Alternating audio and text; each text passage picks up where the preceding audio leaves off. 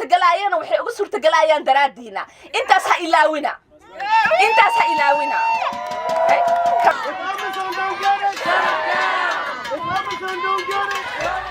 qaar ka tirsan shaqaalaha shirkadda Amazon ee magaalada Shaka B ee gobolka Minnesota ayaa banaanbax ka hordhigay xarunta shirkadda ku leedahay magaaladaasi. Shaqaalaha ayaa waxay dalbanayeen in mushaarka loo kordhiyo isla markaasina la fasaxo maalmaha ciidaha muslimiinta iyadoo aan laga jaranin saacadaha fasaxa. wadankan aad joogno xaq baa u leenahay ciida waa inaa isku imaana marka Soomaaliyo laakiin ina baqnama horta ilaa weyn waaxida ma bari waxa cunana ilaahay og laakiin waa ina xaqeena u dagaalna because wadanka Mareykanka xaq baysiisa qof kasto diin kasto hadda ka hor waxa u soo baxnay meelaha ku tukanay inaan helno caagadaha biyaha weysado kale ma heli jirin waa naga tuuri jiray hadda waa helnaa caagadaheeni wax walba waa noo hagaajiyay moor xaqaad u soo baxdo lagu arko ina lagu caawin weyn wax ka lumay ma jirto.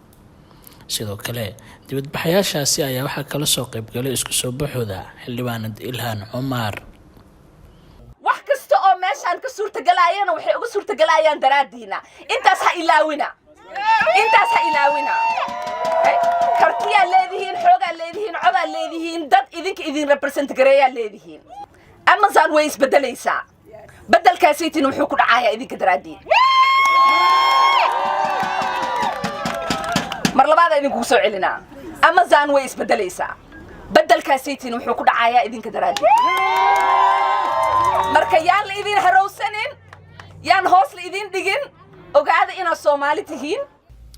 ugu dambeyntii shaqaalahaasi banaanbaxa ka hordhigay shirkadda Amazon ayaa ujeedka ugu weyn daarnaa in loo sameeyo mushaar kordhin iyo helidda xuquuqda maalmaha fasaxyadooda iyagoona sidoo kale dalbanaya in laga yareeyo qabashada shaqooyinka ka soo gaari kara dhaawacyada. Abdiraxmaan Atore, Nairobi. Thank you for listening. Please make sure to share, like, and subscribe to Runta News channel on YouTube, Facebook, and Twitter.